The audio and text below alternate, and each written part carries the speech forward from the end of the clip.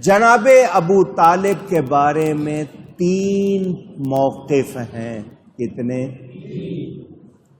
یعنی ان کے بارے میں 3 رائے ہیں.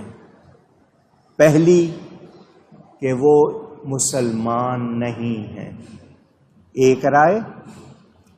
دوسری رائے کہ وہ مسلمان ہیں.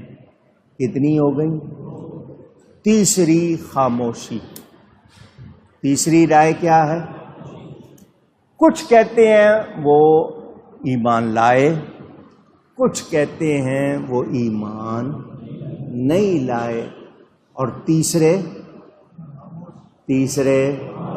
ذرا اونچی پھر کہیں جو خاموش ہیں وہ سب سے بہتر ہے، وہ عافیت میں ہیں، کیونکہ ہم سے نہیں پوچھا جائے گا کہ ابو طالب کو مومن مانتے تھے یا نہیں. یہ ہم سے سوال نہیں ہوگا. خاموش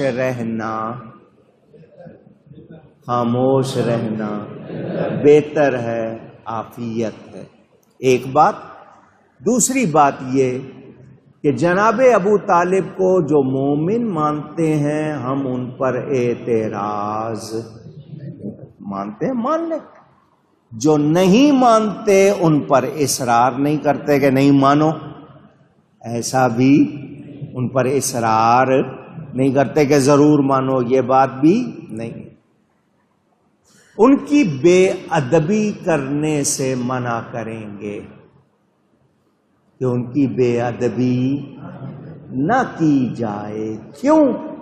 انہوں نے میرے نبی پاک صلی اللہ علیہ وسلم کی خدمت بہت کی ہے، تو ہم ان کے بارے میں بے ادبی کی کوئی گنجائش رکھتے نہیں.